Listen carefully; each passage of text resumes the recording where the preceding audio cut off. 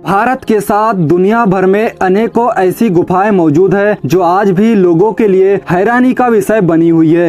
इन्हीं में से एक गुफा है उत्तराखंड राज्य के पिथौरागढ़ जिले में स्थित पाताल भुवनेश्वर गुफा, जिसका वर्णन पुराणों में भी किया गया है। ऐसा भी माना जाता है कि इस गुफा के गर्भ में दुनिया के अंत होने का राज भी छिपा हुआ है। यह गुफा समुद्र तल से 90 फीट नीचे है, जहां अंदर जाने के लिए पतले रास्ते से होकर जंजीरों की सहायता से जाया जाता है। अगर आप भी इस बेहद रहस्यमय गुफा के बारे में जानना और साक्षात दर्शन करने जाने का प्लान बना रहे हैं तो वीडियो को पूरा देखें ताकि यहां जाने से पहले संपूर्ण जानकारी प्राप्त हो सके। सबसे पहले बात करते हैं कि पाताल भुवनेश्वर गुफा की खोज कैसे हुई। इस गुफा के बारे में ऐसा कहा जाता है कि सूर्यवंश के राजा व त्रेता युग में अयोध्या पर शासन करने वाले राजा ऋतुपर्णा ने इस गुफा की खोज की थी। कहा जाता है कि राजा ऋतुपर्णा जब जंगल में शिकार करने गए और एक हिरण का पीछा करते हुए यहाँ तक पहुँचे तो उन्हें यहाँ नागों के राजा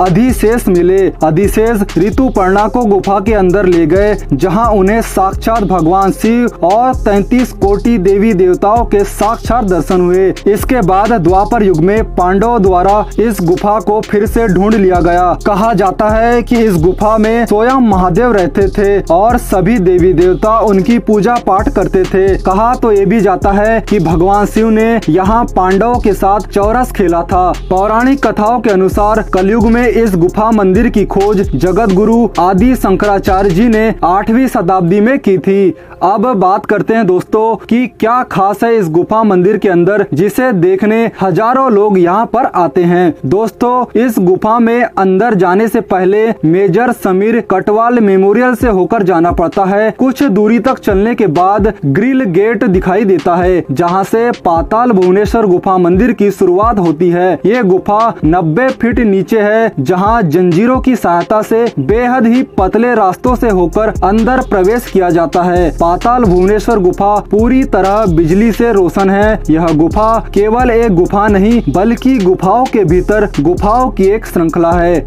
जब आप गुफा में थोड़ा अंदर चलते हैं तो आपको यहाँ की चट्टानों पर हाथी और नागों जैसी कलाकृति दिखाई देती है। ऐसा कहा जाता है कि नागों के राजा अधिशेष ने अपने सिर पर दुनिया का भार संभाला हुआ है। पौराणिक कथाओं के अनुसार इस गुफा में 4 द्वार मौजूद है, जो रण द्वार, पाप द्वार, धर्म द्वार और मोक्ष द्वार के नाम से जाने जाते हैं। ऐसा कहा जाता है कि जब रावण की मृत्यु हुई तब पाप द्वार बंद हो गया। इसके बाद महाभारत के युद्ध के बाद रण द्वार भी बंद हो गया था। इनके अलावा ऐसी मान्यता है कि जब भगवान शिव क्रोधित हुए थे और भगवान गणेश का सिर काटे थे, उसके बाद हाथी का सिर गणेश जी के ऊपर लगाया था, लेकिन जिस सिर को काटे थे उस सिर को इसी गुफा में स्थापित किया गया है। इस गुफा में 4 खम्भे हैं जो युगों सतयुग, त्रेता युग, द्वापर युग तथा कलयुग को दर्शाते हैं। इसके अलावा इस गुफा को लेकर एक और खास बात ये भी है कि यहाँ पर एक स्वयंभू शिवलिंग है जो लगातार बढ़ रहा है।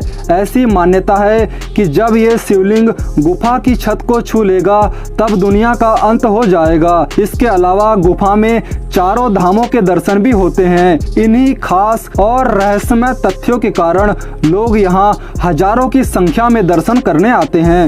अब बात करते हैं दोस्तों कि पाताल भुवनेश्वर पहुँचे कैसे। दोस्तों, पाताल भुवनेश्वर हर तरह से पहुँचा जा सकता है। अगर आप रेल मार्ग से आना चाहते हैं तो निकटतम railway station Tanakpur railway station है, जो पाताल भुवनेश्वर से 154 किलोमीटर की दूरी पर स्थित है।